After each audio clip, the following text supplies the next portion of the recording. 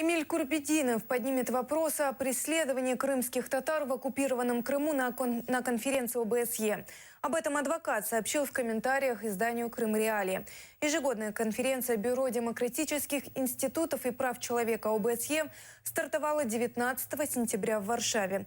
В двухнедельном мероприятии принимают участие представители 57 стран. Мы осветим несколько блоков. Это блок по преследованию за вероисповедание. Это и дела Хизбут Тахрир. Это касается блока похищений мусульман на территории Республики Крым. То есть преступлений, которые до сих пор не раскрыты. Это и касается ряда административных дел, когда людей за то, что они приходили на обыски, подходили к их домам, их пытаются привлечь там за несанкционированные митинги.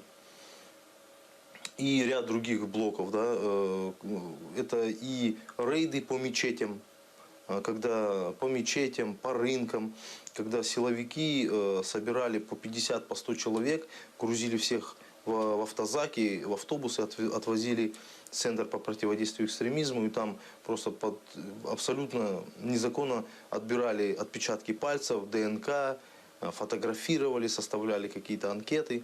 То есть об этом мы будем говорить. Мы будем говорить о давлении на адвокатов, да, в связи с их профессиональной деятельностью, о давлении на журналистов на территории Республики Крым и так далее.